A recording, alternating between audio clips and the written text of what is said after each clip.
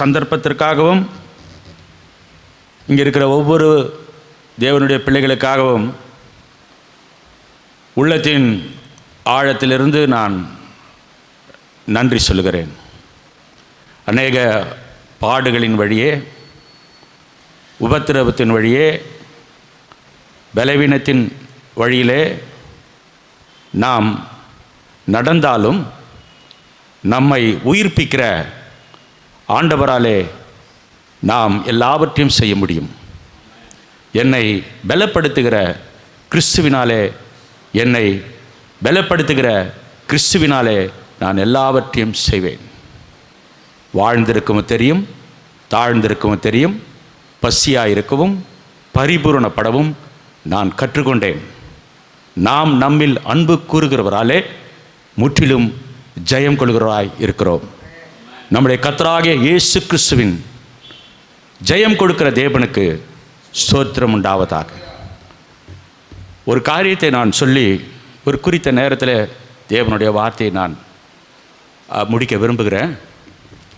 அதிக நேரம் நான் பேசுவதற்கில்லை. ஆனால் சொல்லுகிற காரியங்கள் உங்களுக்கு பிரயோஜனமாக இருக்கும் என்று ஆண்டவராகிய இயேசு கிறிஸ்துவின் நாமத்தில் விசுவாசிக்கிறேன்.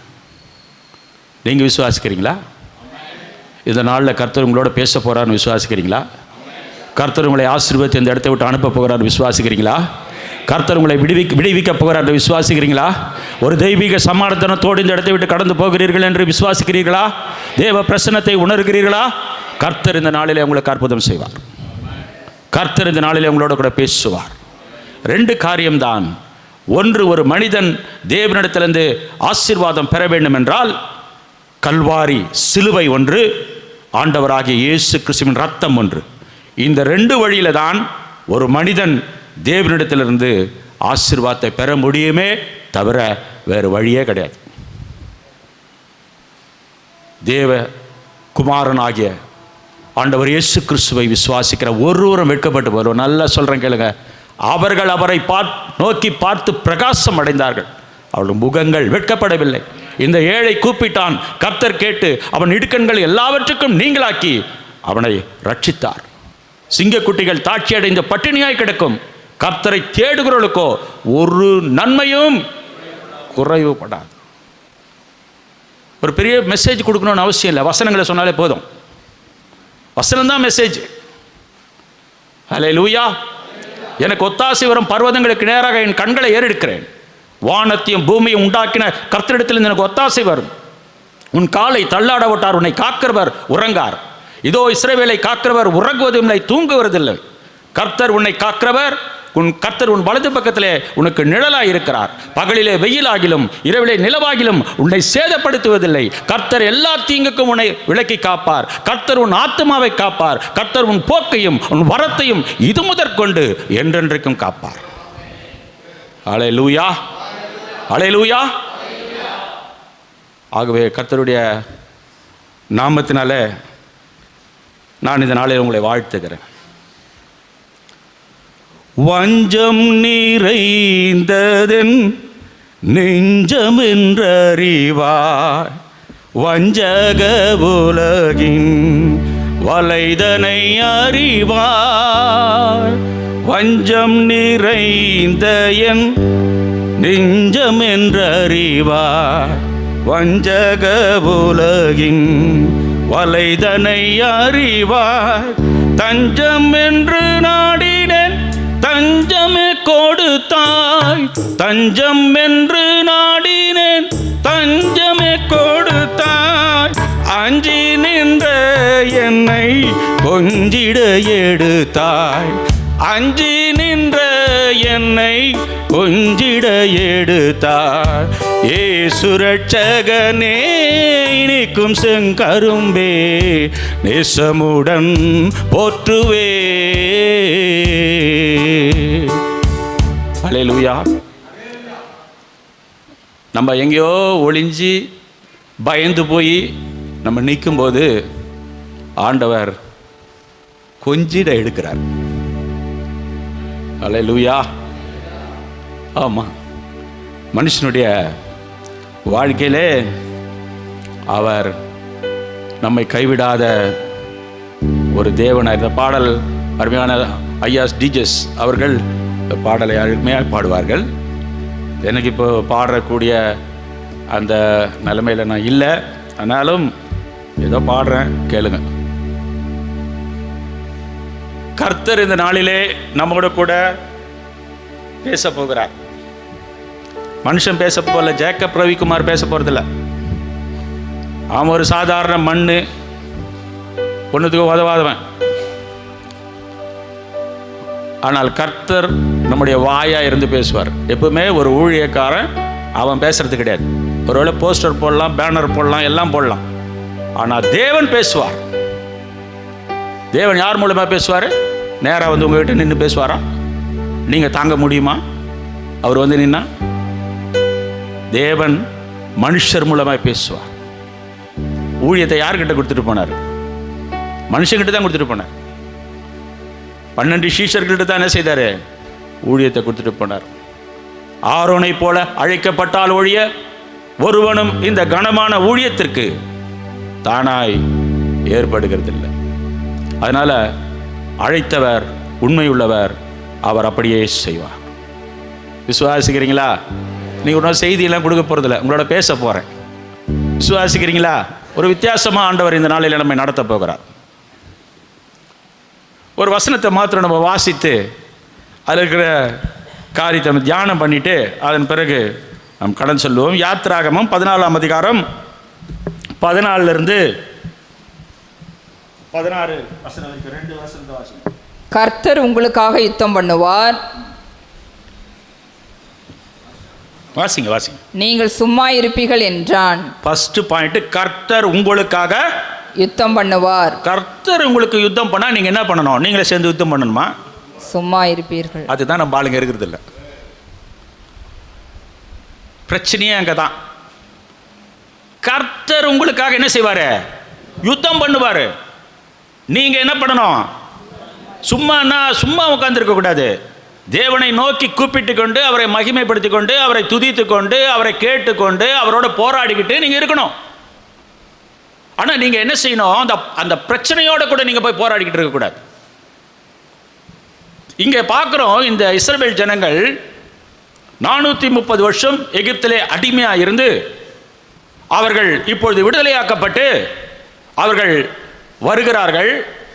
விடுதலையாக்கப்பட்ட ஜனங்களுக்கு முன்னால ஒரு பெரிய என்ன இருக்குது? சமுத்திரம் இருக்கிறது, செங்கடல் அது இருக்குது. இதெல்லாம் உங்களுக்கு தெரியும். அந்த செங்கடலை கண்ட உடனே இந்த மனுஷங்களுக்கெல்லாம் என்ன ஆச்சு? பயம். அதுக்கு முன்னால 10 அற்புதத்தை ஆண்டவர் செய்தார். ஓங்கிய புயத்தாலும் ஓங்கிய கரத்தாலும் பலத்த புயத்தினாலும் கர்த்தர் என்ன செய்தாரு?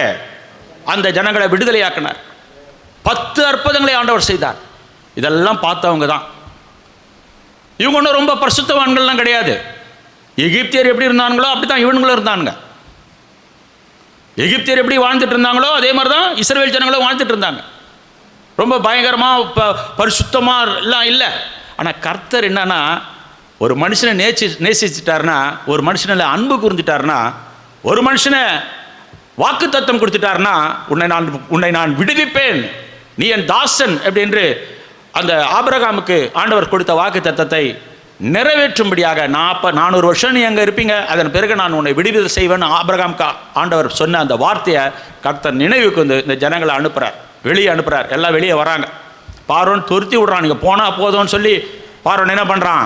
கடைசியாக அனுப்பிட்டான். இப்போ அவங்க முன்னால் நிற்கிறது எது? செங்கடல். இப்போ என்ன நிலைமைன்னா, அந்த ஜனங்களுக்கு முன்னாலேயும் போக முடியாது, பின்னால் பார்த்தா யாரு? பார்வோனும் அவனுடைய சேனையும் பின்னால் வரும். முன்னாலேயும் போக முடியாது, பின்னாலேயும் போக முடியாது. இந்த சைடில் பார்த்தா மலைகள், இந்த சைடு பார்த்தா மலைகள். லெஃப்ட்டும் போக முடியாது, ரைட்டும் போட முடியாது, ஃப்ரண்ட்டும் போக முடியாது, பேக்கும் போக முடியாது. இப்போ ஒரு பிடிக்கப்பட்ட, அடைக்கப்பட்ட, ஒரு சிக்கப்பட்ட, அகப்படப்பட்ட ஒரு நிலைமையில் இந்த ஜனங்கள் இருக்கிறாங்க. இந்த செய்தியை கேட்டுக்கொண்டிருக்கிற அருமையான சகோதரனே சகோதரியே, ஒருவேளை இந்த நிலைமையில் என்னால் எதுவுமே செய்ய முடியல, என்னால் ஒரு காரியத்தை பண்ண முடியல, ஜான் ஏறினா முழம் சறுக்குது, அப்படி சொல்லி ஒருவேளை இன்றைக்கு இந்த இடத்துலையோ அல்லது இதை சோஷியல் மீடியா மூலமாய் பார்த்து கொண்டிருக்கிற யாரா இருந்தாலும் கர்த்தர் உங்களோட கூட பேசுகிறார். என்ன பேசுகிறார்? நீங்க சும்மா இருங்க, நான் உங்களுக்காக யுத்தம் பண்ண. அல்லேலூயா.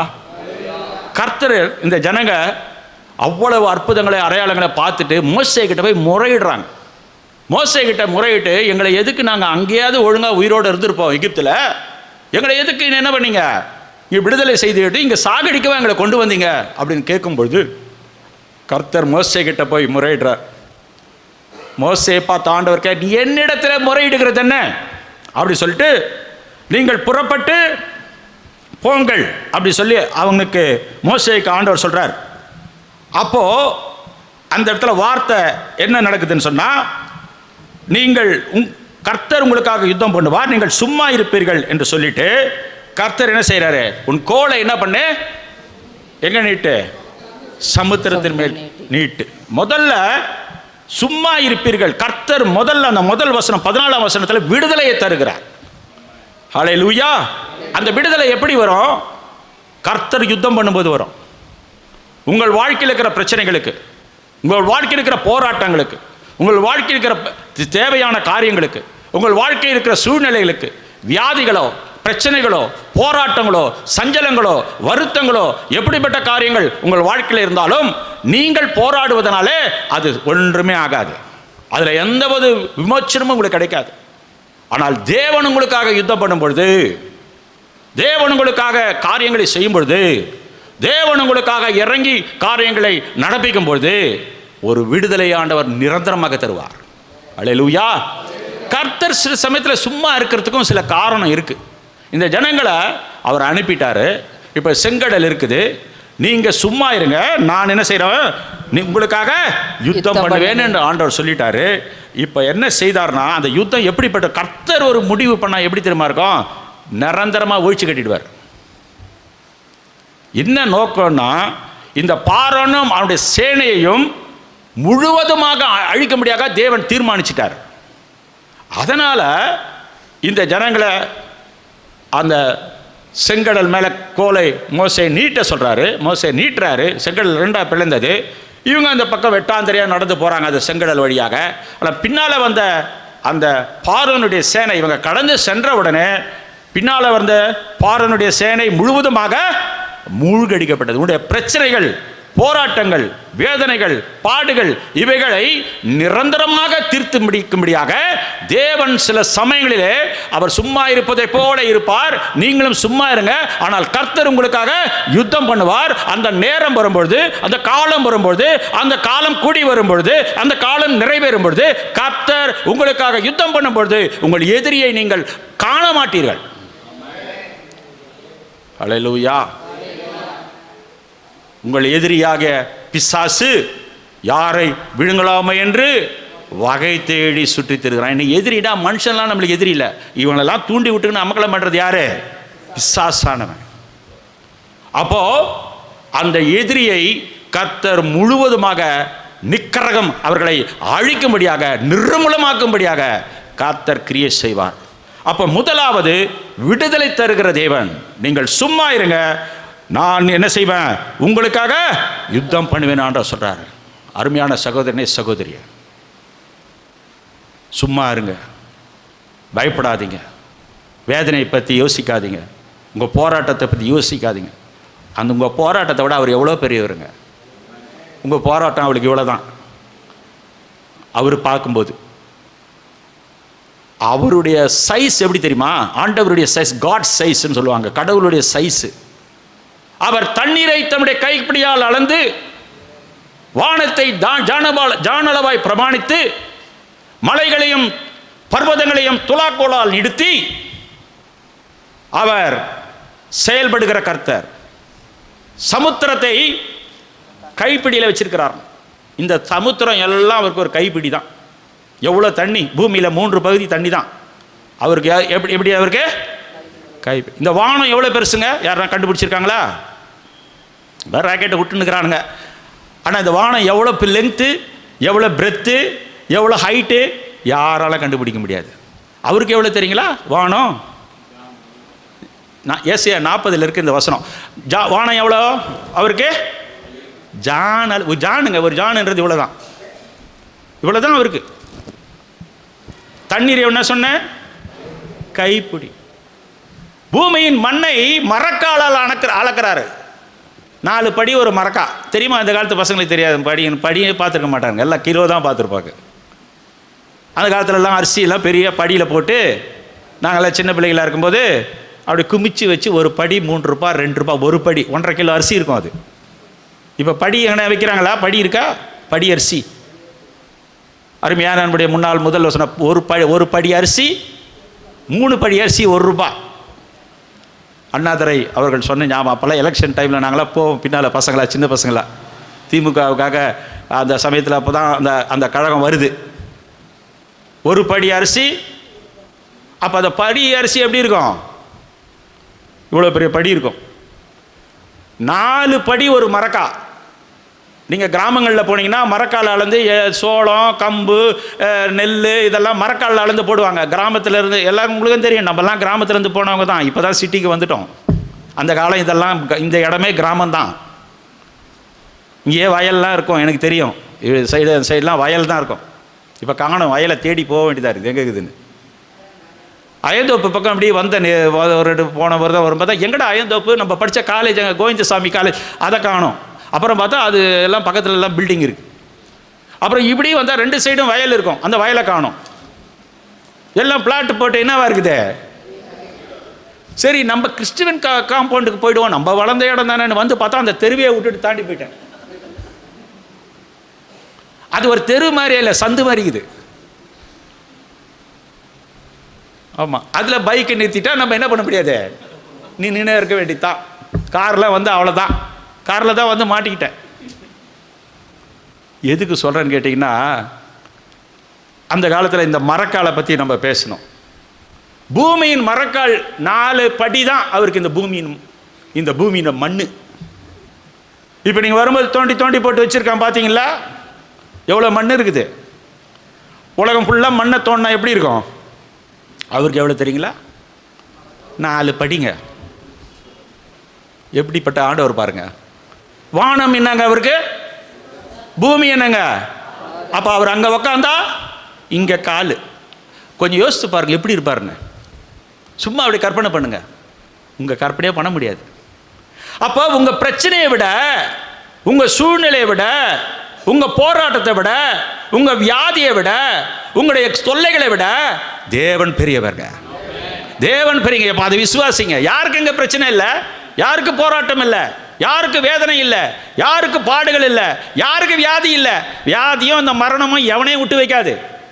ஊழியம் செய்கிறவனாக இருந்தாலும் சரி, ஊழியம் செய்யாதவனாக இருந்தாலும் சரி, நல்லவனாக இருந்தாலும் சரி, கெட்டவனாக இருந்தாலும் சரி, சின்னவனாக இருந்தாலும் பெரியவனாக இருந்தாலும் சரி, படித்தவனாக இருந்தாலும் சரி, படிக்காதவனாக இருந்தாலும் சரி, இது எல்லாருக்கும் வரும். ஆனால் தேவன் அதை விட பெரியவர். விசுவாசிக்கிறீங்களா? விசுவாசிக்கிறீங்களா? தேவன் பெரியவர். ஹல்லேலூயா.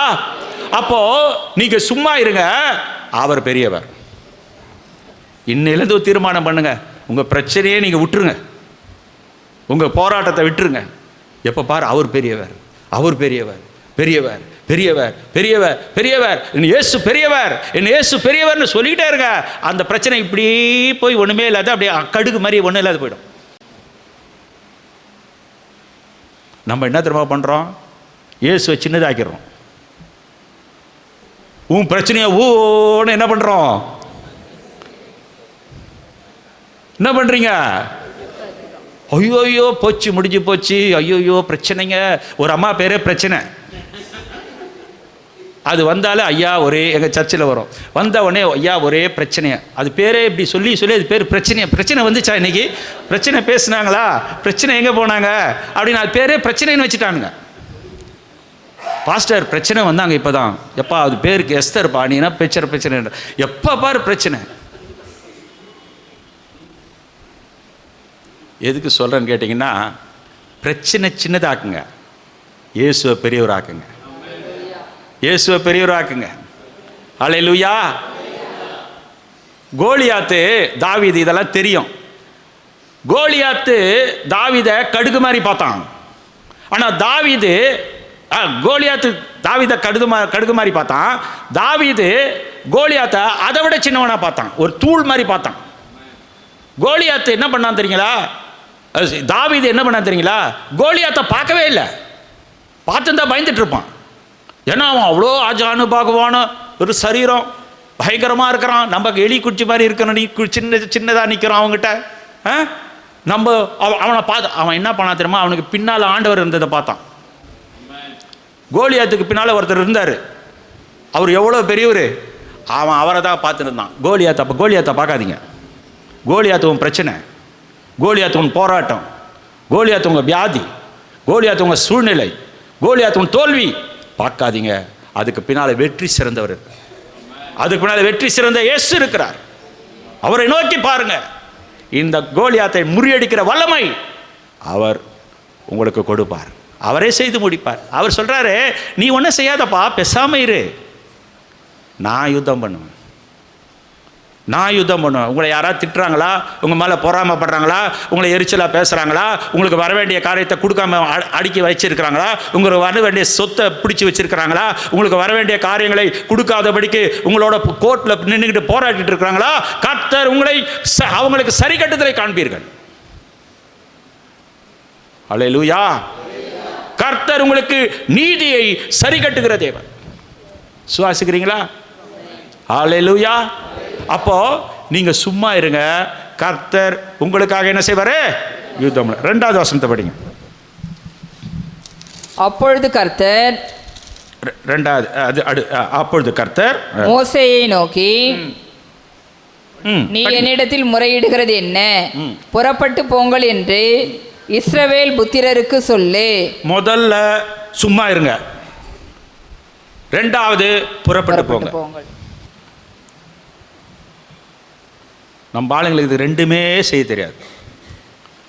சும்மா இருக்கவும் தெரியாது, முன்னேறி போகிறதுக்கும் தெரியாது. இது ரெண்டுத்தையும் செய்யணும். முதல்ல விடுதலை வரணும்னா, கர்த்தர் தன்னுடைய புயத்தினாலே உங்களை விடுவிக்க வேணும்னா, நீங்கள் சும்மா இருக்கணும், ஆண்டவரை நோக்கி பார்க்கணும், பிரச்சனையை பார்க்கக்கூடாது. 2வது, கர்த்தர் உங்களுக்கு அற்புதத்தை செய்யணும்னு சொன்னால் நீங்கள் என்ன செய்யணும்? நீங்கள் புறப்பட்டு போகணும். எங்கே போகணுங்க? நீ உன் கோலை ஓங்கி, கர்த்தர் மோசேயை நோக்கி, நீ என்னிடத்தில் முறையிடுகிறது என்ன? புறப்பட்டு போங்கள் என்று இஸ்ரவேல் புத்திரருக்கு சொல்லு. நம்முடைய வாழ்க்கையில் முன்னேறி செல்றதுக்கான வழியை தான் ஆண்டவர் நமக்கு கொடுத்துருக்கிறார். நீ முன்னேறி போ. அல்லேலூயா. செங்கடல் இருக்குதுன்னு பயப்படாத, தடை இருக்குதுன்னு பயப்படாதீங்க, உன் பிரச்சனை இருக்குதுன்னு பயப்படாதீங்க, வாழ்க்கையில் போராட்டங்களுக்கு பயப்படாதீங்க, அப்படியே சோர்ந்து போயிடாதீங்க. சில பேர்லாம் பிரச்சனை வந்தால் ஜபம் கூட பண்ண மாட்டாங்க. நான் ஏன் ஜபம் பண்ணோம்? ஆண்டவர் எல்லாரையும் நல்லா வச்சுன்னுக்கிறார், எனக்கு இப்படி, அவன்லாம் நல்லா இருக்கிறான், இப்படி இருக்கிறவன் அப்படி வாழ்கிறவன், ஆண்டவரை தேடாதவன்லாம் நல்லா இருக்கான், நான் ஏன் எனக்கு பாருங்க இப்படி ஒரு பிரச்சனை. என்னையா ஜபம் பண்ணுறது? எதுக்கு ஆலயத்துக்கு போகணும்? எதுக்கு ஜபத்துக்கு போகணும்? எதுக்கு ஊழியத்துக்கு செய்யணும்? என்ன ஆண்டவர் என்ன செய்யல? என்ன பார்க்கல, எனக்கு நன்மை செய்யல. இவ்வளோ நாள் ஆண்டவர்னு கூப்பிட்டேன், ஆனால் எந்த பதிலும் எனக்கு வரல. அப்படி தாங்க வராது. ஆனால் நீங்கள் போங்க, வராது தான். நீ கூப்பிட்ட உடனே கொடுக்க முடியாது, ஆண்டவர் கொடுக்க மாட்டார். அல்லேலூயா. ஆபிரகாமுக்கு 75 வயசு இருக்கும்போது உன்னை ஆசீர்வதித்து உன் பேரை பெருமைப்படுத்தி உன்னை ஜாதிகளுக்கு தகப்பனாக்குவேன், வானத்தின் நட்சத்திரங்களைப் போலவும் பூமியின் மண்ணை போலவும் உன் ஜனத்தை உன்னுடைய சந்ததியை நான் பெருக்க பண்ணுவேன் என்று சொன்னாரே. உடனே கொடுத்தாரா? உடனே கொடுத்தாரு. எத்தனை வருஷம் காத்துன்னு தான்? 25 வருஷம் காத்துட்டு தான். 100 வயதாக இருக்கும்போது தான் அவனுக்கு என்ன செய்தார்? ஈசாக்கு ஆண்டவர் என்ன செய்தார்? கொடுத்தார். நம்மள அந்த அடுத்த வாரமே ஜபம் பண்ணால் அடுத்த வாரமே வந்துடணும் பதில். நானும் ஜபம் பண்ணி என்ன பண்ணுறேன்? ஜபம் நானும் ஜபம் பண்ணி பண்ணி பார்க்குறேன், ஆண்டவர் எனக்கு பதிலே கொடுக்கல. இந்த அம்மா ஜபம் பண்ணவுடனே, இந்த ஐயா ஜபம் பண்ணவுடனே அவர் பதில் கொடுத்துடணும். தேவன் நீடிய பொறுமை உள்ளவராக இருக்கிறார். அவர் உன்னை நோக்கத்தை அறிவார். உன் பிளானுங்க, திட்டங்கள் எல்லாவற்றும் அவருக்கு தெரியும். அல்லேலூயா. அப்போ நீங்க தயங்காம, நீங்க சோர்ந்து போகாம, உங்க பிரச்சனையினால அப்படியே முடங்கி போய் உட்காராம நீங்க என்ன செய்யணும்? புறப்பட்டு போங்கள். தேவ சமூகத்தை நோக்கி போங்கள். ஜெபிக்கும்படியாக போங்கள். வேதத்தை வாசிக்கும்படியாக போங்கள். விசுவாசத்திலே நல்ல போராட்டத்தை போராடும்படியாக உங்கள் வாழ்க்கையை நீங்கள் தொடங்கி ஓடுங்கள். அல்லேலூயா. அப்படி செய்வீர்கள் என்று சொன்னால் அடுத்தது கர்த்தர் செய்கிற காரியங்கள் பயங்கரமாக இருக்கும். உங்களுடைய வாழ்க்கையில் வல்லமை உள்ளதாக இருக்கும், மகத்துவமானதாக இருக்கும். அல்லேலூயா. ஆகவே பிரியமான தேவனுடைய பிள்ளைகளே, நீங்கள் உங்கள் பிரச்சனைகளை இருக்கும் பொழுது, என் பவுல் சொல்றாரு, உபத்திரவங்கள் பாடுகளும் என்னை பட்டலந்தோறும் இருக்கிறது என்று நான் அறிவேன். ஆனாலும் என் ஓட்டத்தை சந்தோஷத்தோடு முடிக்கவும் கர்த்தராகிய இயேசு கிறிஸ்துவிடத்திலே பெற்றுக்கொண்ட என் ஊழியத்தை நிறைவேற்ற விரும்புகிறேன். அப்போஸ்தலர் 20 அதிகாரத்தில் 25 வசனத்தில் பார்க்கலாம். அல்லேலூயா. எல்லாம் இருக்குதுப்பா, எனக்கு கட்டு இருக்குது, பாடு இருக்குது, வேதனை இருக்குது. ஆனால் எனக்கு கொடுத்திருக்கிற ஓட்டத்தை நான் முடிக்கவும் கர்த்தராகிய இயேசு கிறிஸ்துவிடத்தில் பெற்றுக்கொண்ட இந்த ஊழியத்தை நிறைவேற்ற விரும்புகிறேன். அதுக்காக நான் பயப்பட மாட்டேன். போகிற இடத்துல என்ன அடிக்கிறானுங்க, கல்லால் அடிக்கிறானுங்க, மிலாரில் அடிக்கிறானுங்க, என்ன ஜெயிலில் போடுறானுங்க, என்ன கொலை பண்ணுறானுங்க, என்ன என்னென்னமோ பண்ணுறானுங்க. ஆனால் என் ஓட்டத்தை நான் முடிப்பேன். ஹல்லேலூயா. ஏனென்றால் விசுவாசத்தை துவக்குகிறவரும் விசுவாசத்தை முடிக்கிறவருமாக இயேசு கிறிஸ்து நமக்கு நியமித்திருக்கிற ஓட்டத்தில் நாம் பொறுமையோடு ஓடக்கடவோம். ஹல்லேலூயா. ஹல்லேலூயா. இன்னொரு இடத்துல பவுல் சொல்றார், பிலிப்பியருக்கு எழுதும்போது, பின்னானவைகளை மறந்து முன்னானவைகளை நோக்கி என் இலக்கை தொடருகிறேன். பரம அழைப்பின் பந்தய பொருளை நோக்கி என் இலக்கை தொடருகிறேன். எல்லாமே பைபிளில் பார்த்தீங்கன்னா பழைய ஏற்பாட்டு பரிசுத்தமான சரி, புதிய ஏற்பாட்டு பரிசுத்தமானத்தை ஓடிக்கிட்டே இருந்தாங்க தான். எல்லாம் சோர்ந்து போய் எவனா உட்கார், அப்படி உட்காந்தானா ஆமணக்கு செடியில் உட்காந்தானா அங்கே ஆண்டவர் என்ன பண்ணுவார்? ஆமணக்கு செடியை காலி பண்ணுவார். கர்மேல் பர்வதத்து மேலே எலியா என்ன பண்ணுறாரு? போயிட்டு ஒரு இடத்துல போய் தூங்குறாரு. தூதனை தட்டி எழுப்பி அப்பத்தை கொடுத்து ஓடு, நீ போக வேண்டிய தூரம் வெகு தூரம். அப்போ என்ன செய்யணும்? நீங்கள் விசுவாச வாழ்க்கையில் விசுவாசிக்கிறதுனால ஓடிக்கிட்டே இருக்கணுங்க. விசுவாசினாலே ஓடிக்கிட்டே இருக்கணும். ஓடுறது தான் விசுவாசம். அல்லேலூயா. கர்த்தருக்காக வாழ்க்கையில் தேவனுக்காக நீங்கள் புறப்பட்டு போங்க. உட்காராதீங்க, பயப்படாதீங்க, தயங்காதீங்க, கலங்காதீங்க. எந்த சூழ்நிலையிலும் நீங்கள் என்ன செய்யாதீங்க? தடுமாறாதீங்க. ஏனென்றால் நீங்கள் தனியாக ஓடல, உங்கள் கூட ஆண்டவர் ஓடுறாரு. அது தெரிஞ்சுங்க. இந்த ஜனங்களுக்கு ஆண்டவர் தான் கூட வர்றது தெரியல, ஆண்டவர் அற்புதங்களை செய்தார்னு தெரியல. சின்ன சின்ன விஷயத்துக்கெல்லாம் மோசே கிட்ட போய் சண்டை போட்டுக்கிறது. காடை வேணும்னு கேட்குறான், தண்ணி கொடுக்க மாட்டார் அவரு, அதுக்கு போய் சண்டை. எங்களுக்கு தண்ணி, எங்களுக்கு நீர், எங்களுக்கு நாங்கள் அங்கே இருந்தாலும் நாங்கள் நல்லா இருந்திருப்போம், இங்கே இந்த வனாந்தரத்தில் வந்து தண்ணி இல்லாமல் எங்களை சாகடிக்குவா வந்தீர். அங்கே வெள்ளரிக்காயும் நாங்கள் இதெல்லாம் நல்ல மட்டன் 65 எல்லாம் வச்சு சாப்பிட்டோம், இங்கே வெறும் மண்ணா மட்டம் வருது. அதை நாங்கள் சாப்பிட்டு எத்தனை நாளைக்கு எங்கள் நாக்கு செத்து போய்க்குது. எங்களுக்கு என்ன வேணும்? நீ கூட நிறையா காடை வேணும்.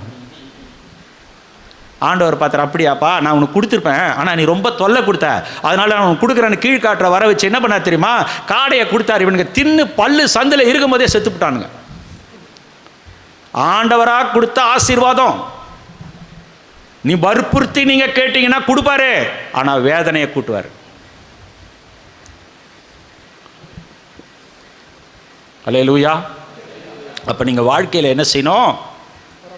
புறப்பட்டு போங்கள். அடுத்து, நீ உன் கோலை ஓங்கி உன் கையை சமுத்திரத்தின் மேல் நீட்டி சமுத்திரத்தை பிளந்து விடு.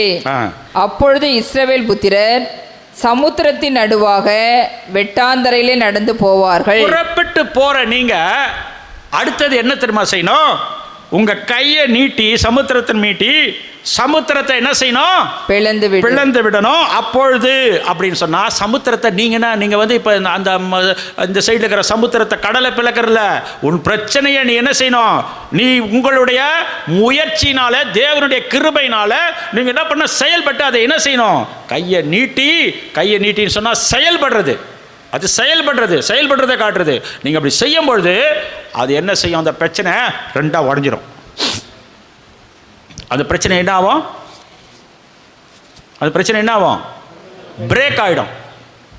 அந்த பிரச்சனை உடையும். அப்போ நீங்கள் உங்கள் பிரச்சனையை நிர்மூலமாக்குறது, அதுதான் உங்கள் பிரச்சனையை நிர்மூலமாக்குறது. அப்போ கர்த்தர் சொல்றாரு, உன் கையை சமுத்திரத்தின் மேல் நீட்டி அதை பிளந்து விடு. சமுத்திரத்தை யார் பிளக்கணும்? இவங்களை பிளப்பானுங்க, இவன் தான் பயந்து நிற்கிறானுங்களே. சமுத்திரத்தை யார் பிளக்கணும்? இயேசு பிளக்கணும், பிதாவாகிய தேவன் பிளக்கணும். ஆனால் ஆண்டவர் சொல்ல, நீ பிளந்து விடு, கையை நீட்டு. இது வரைக்கும் எவ்வளவோ அற்புதத்தை ஆண்டவர் செய்தார். அந்த இதில் எகிப்தில் இப்படி ஒரு அற்புதத்தை செய்திருக்காரா? அங்கே சமுத்திரம்லாம் ரெண்டாக பிரிஞ்சிச்சா? இல்லை. இடி முழக்கம் வந்தது, பேன் வந்தது, நைல் நதி வந்து ரத்தமாக மாறிச்சு, இதெல்லாம் நடந்துச்சு. ஆனால் ஒரு சமுத்திரமே ரெண்டாக பிளக்கிற ஒரு அதிசயம் இது வரைக்கும் நடக்கலை. ஆனால் ஆண்டவர் சொல்கிறாரு, உன் கையை நீட்டி என்ன செய்ய? நீ சமுத்திரத்தை நான் பிளக்க மாட்டேன்ப்பா, நீ பிளந்து விடு. இப்போ இந்த அதிகாரம் யார் கையில் ஆண்டவர் கொடுத்துட்டாரு?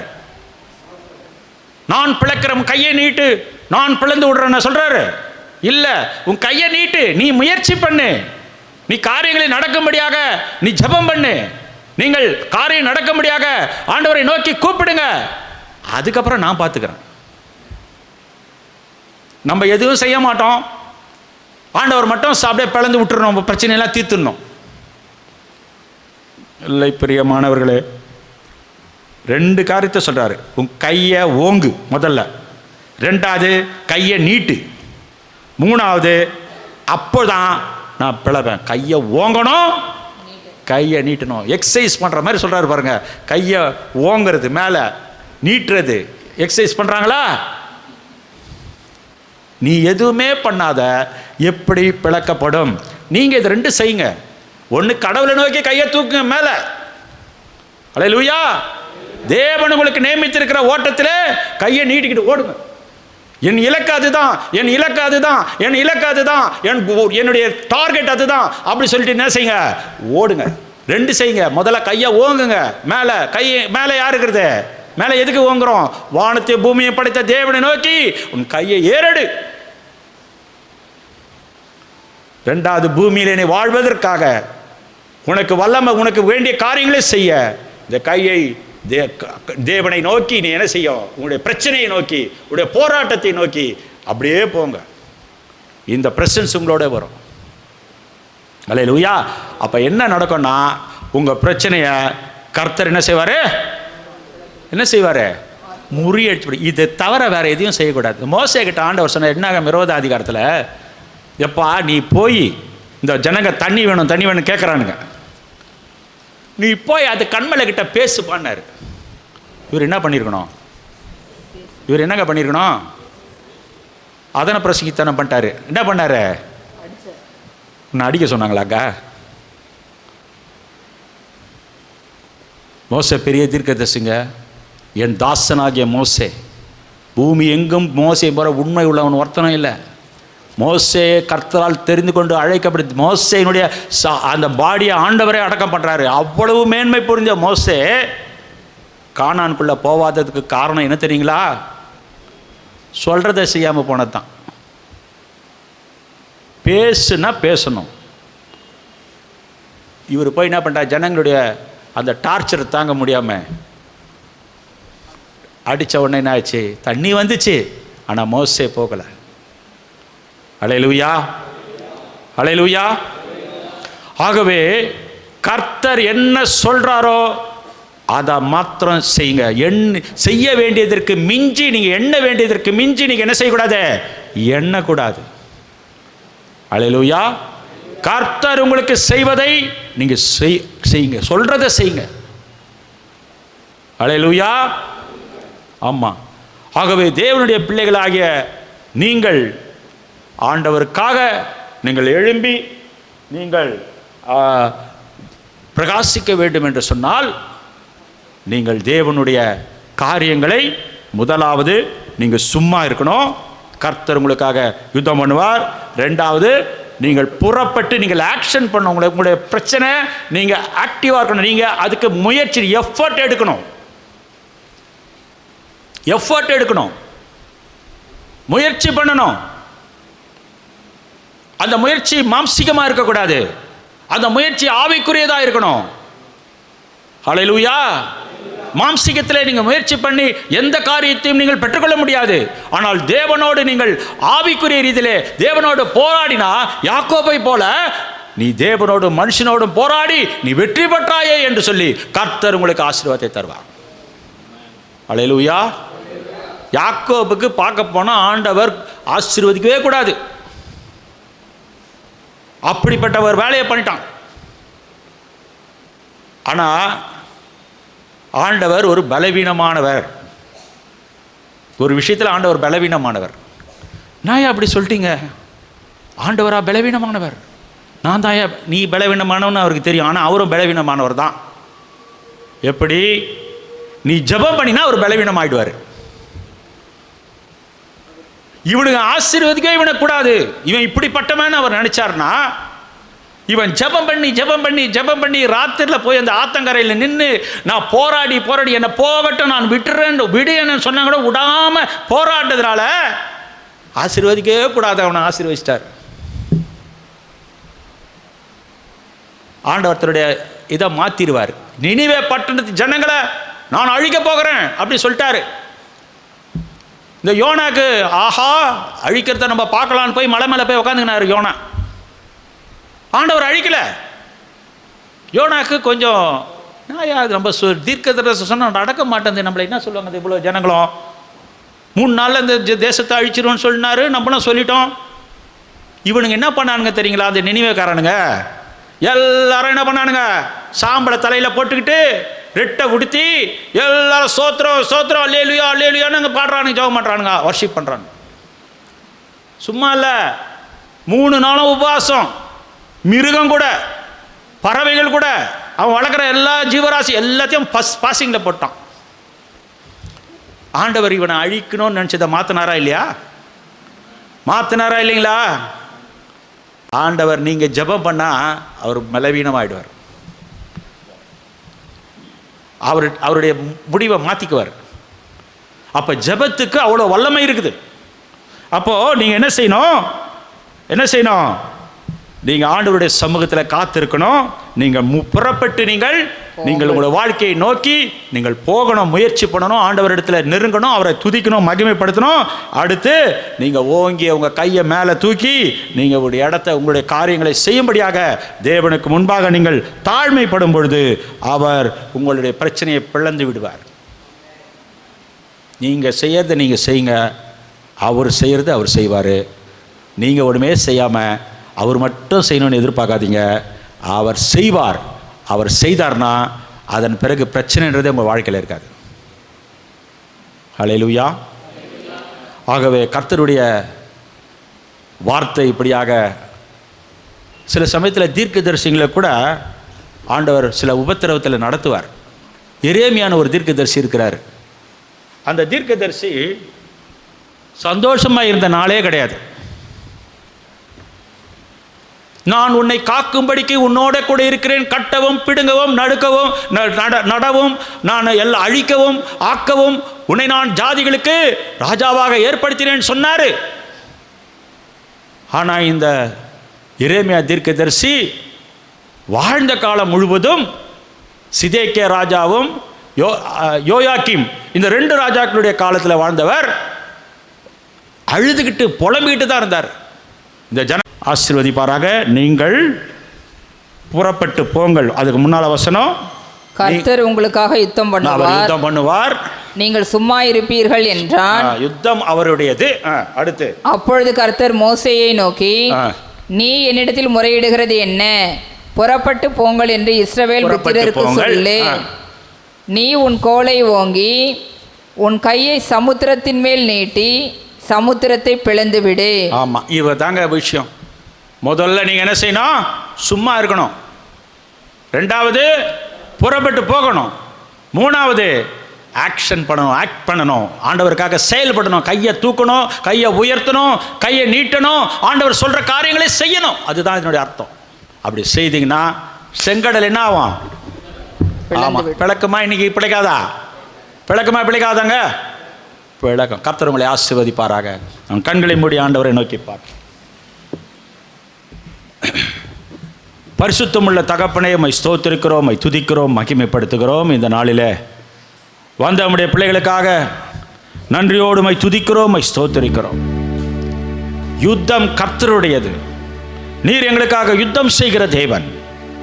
இந்த நாளிலே நாங்கள் கேட்ட செய்தியின்படி ஆண்டவரே, நாங்கள் சும்மா இருந்து ஆண்டவரே எங்களுடைய பிரச்சனைகளுக்காக நாங்கள் ஆண்டவரே கர்த்தாவை அங்கலாய்க்காமல் நீர் எங்களுக்காக யுத்தம் செய்கிற தேவன் என்று நாங்கள் உம்மை விசுவாசிக்க செய்யும். எங்களுடைய வாழ்க்கையிலே ஆண்டவரே தடைகளை எல்லாம் நீக்கி ஆண்டவரே நாங்கள் புறப்பட்டு அவைகள் எல்லாம் எங்கள் காலடியிலே போட்டு மிதித்து இயேசு எங்களோடு இருக்கிறார் என்ற விசுவாசத்தின்படி நாங்கள் தொடர்ந்து எங்கள் வாழ்க்கையிலே முன்னேறி நடக்க எங்களுக்கு பலன் தாரும். ஆண்டவரே கர்த்தாவே, எங்களுடைய காரியங்கள், எங்களுடைய தாளந்துகள், எங்களுடைய எல்லா விதமான காரியங்களையும் ஆண்டவரே உமக்காக நாங்கள் பயன்படுத்தும்படியாக, செயல்படும்படியாக ஆண்டவரே எங்களை நாங்கள் தாழ்த்தி ஒப்பு கொடுத்து நாங்கள் ஜெபிக்கும் பொழுது நீர் ஆண்டவரே சமுத்திரத்தை எப்படி இரண்டாய் பிளந்தீரோ அப்படியே எங்களுடைய பிரச்சனைகளையும் இரண்டாய் பிளந்து எங்களை ஆசீர்வதிக்கிற தேவன் என்று நாங்கள் ஒவ்வொருவரும் ஆண்டவரே இந்த நாளில் அறிந்து கொண்டோம். கர்த்தர் எங்களுக்காக செய்கிற காரியங்களை ஆண்டவரே நாங்கள் நன்றியோடு துதிக்கிறோம், ஸ்தோத்திரிக்கிறோம், மகிமைப்படுத்துகிறோம். இந்த நாளில் வந்த ஒவ்வொருவரோடும் தேவனுடைய மகிமை இருக்கட்டும். கேட்ட செய்தியின்படி வாழ்க்கையில விசுவாசம் பெருகட்டும். அற்புதம் செய்வீராக. இயேசுவின் நாமத்தில் ஆமென், ஆமென்.